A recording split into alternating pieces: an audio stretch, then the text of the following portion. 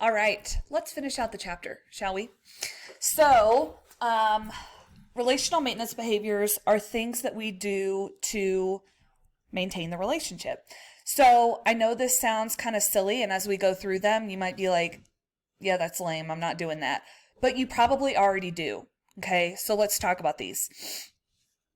Positivity. That includes acting friendly, being courteous, not complaining all the time, basically being pleasant to be around, right? Because no one wants someone that's always just in a bad mood, okay? Acceptance is accepting the other person for who they are. So, sorry, my dog's jumping up. Get down. So, basically not trying to change them and not trying to constantly turn them into someone that they're not. Like truly accepting them for who they are. Openness and self-disclosure. That one's pretty self-explanatory. We've talked about self-disclosure before in the semester. That is opening yourself up to your partner, self-disclosing. That way your relationship can get more intimate. Remember, we talked about how intimacy doesn't just mean physically. You can have intimacy with a friend, right? Assurances, that is verbal and nonverbal behaviors that illustrate their commitment to each other. So, that sounds kind of desperate, but y'all probably already do this by saying, like, oh, I think you're so much better looking than them or something, just assuring. It could even be like putting your arm around each other or putting your arm around your partner in public at dinner or something. Okay.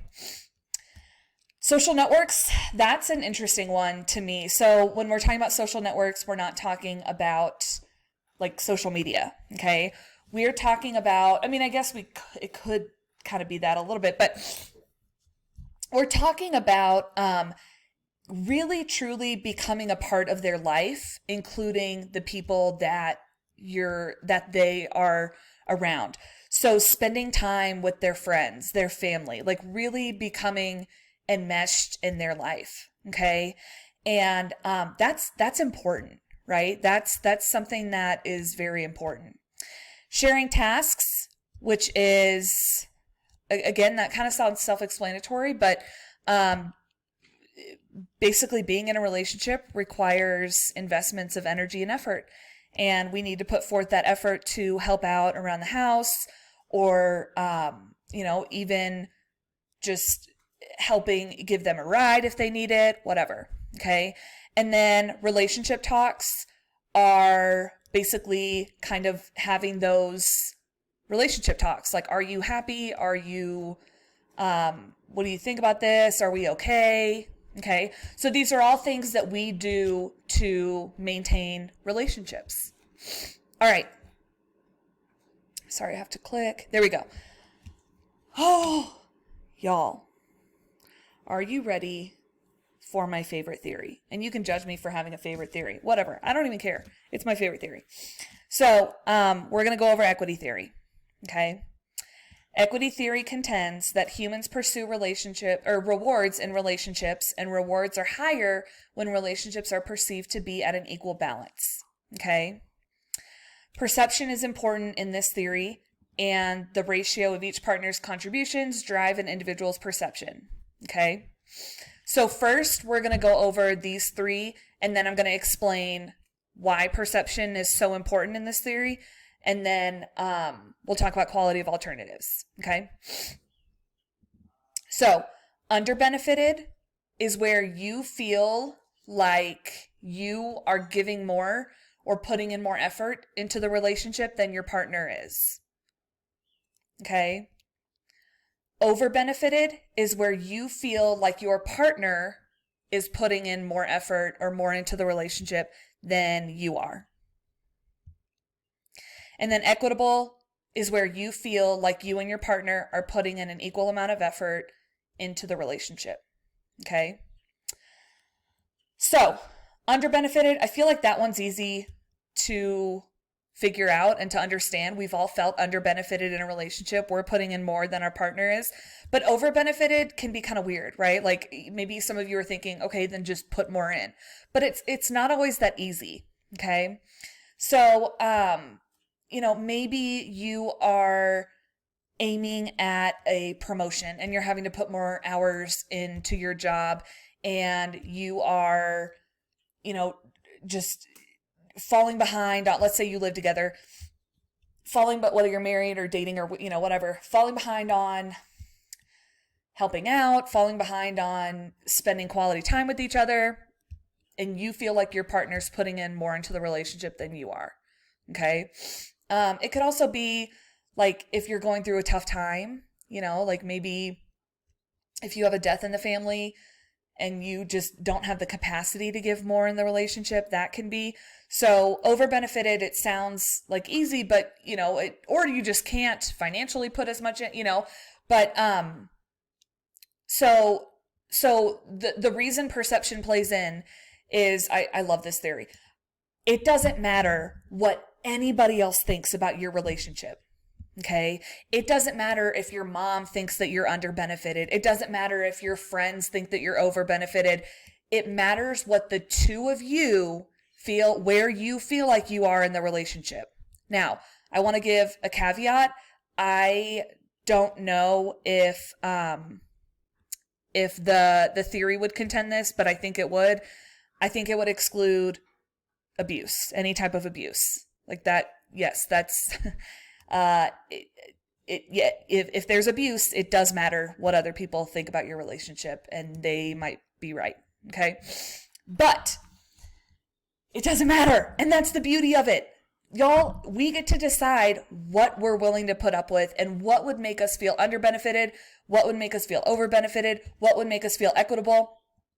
And not for nothing, you and your partner might be at different points sometimes, right? Like, and again, it might not be you all constantly having this like progress report of like, are you happy? But I mean, it's not the worst idea sometimes, but you might feel like you're over benefited, but your partner feels like it's equitable. Okay. So it is possible for both of you to feel like you are at different places.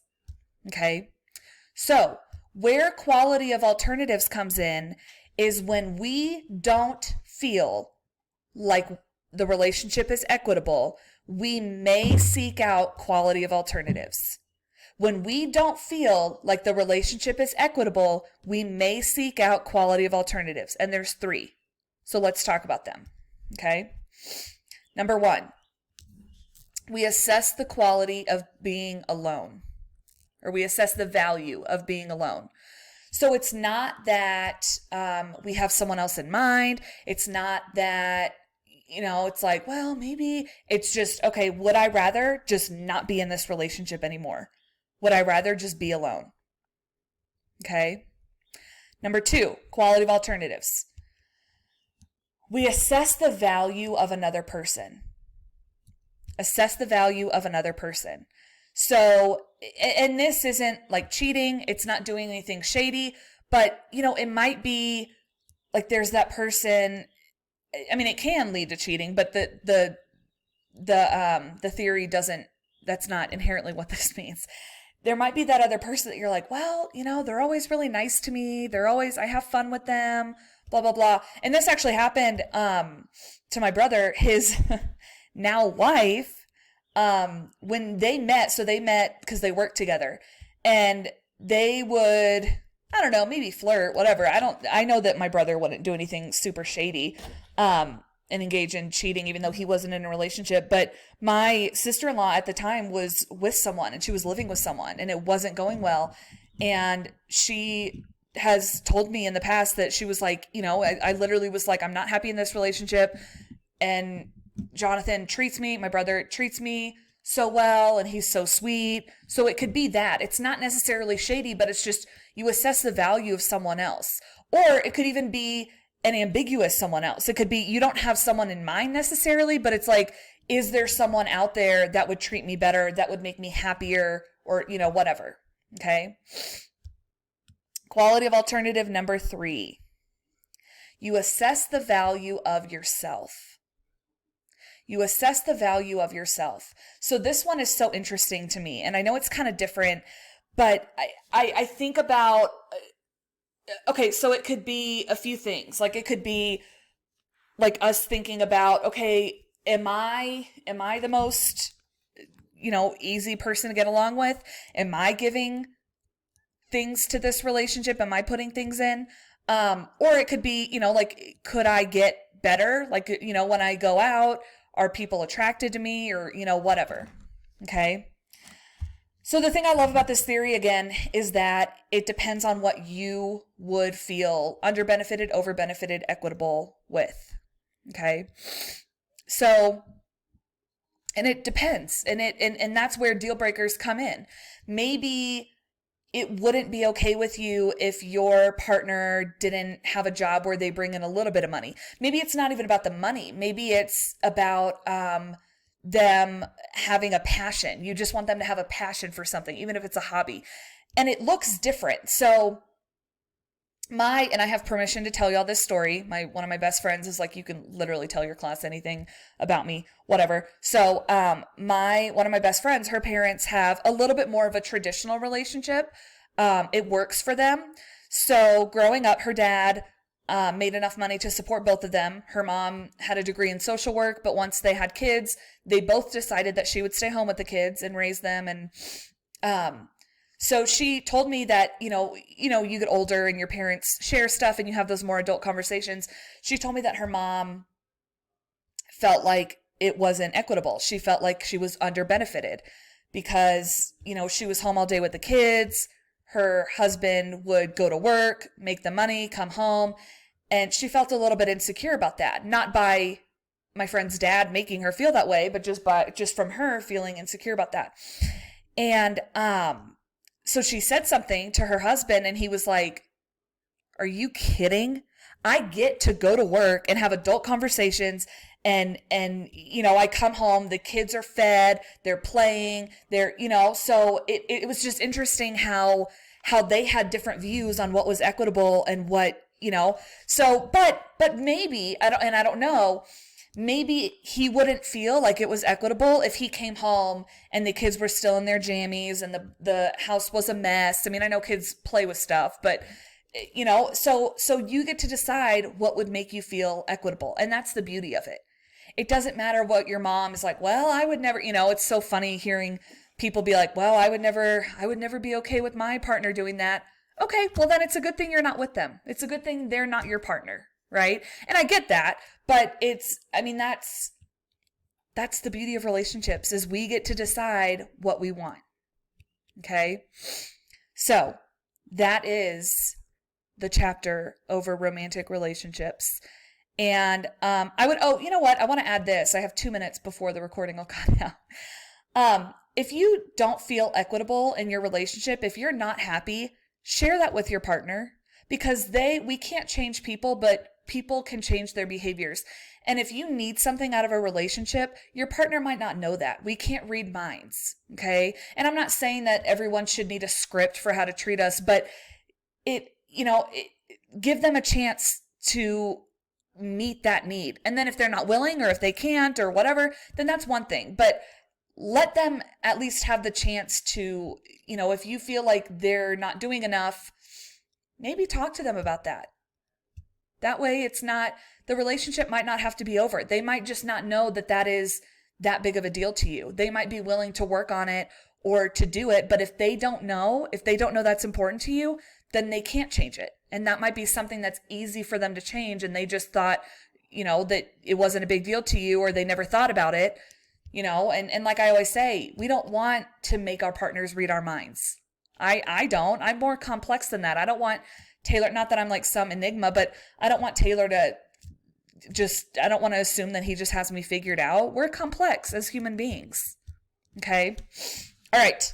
Love romantic relationships. Love. Goodbye.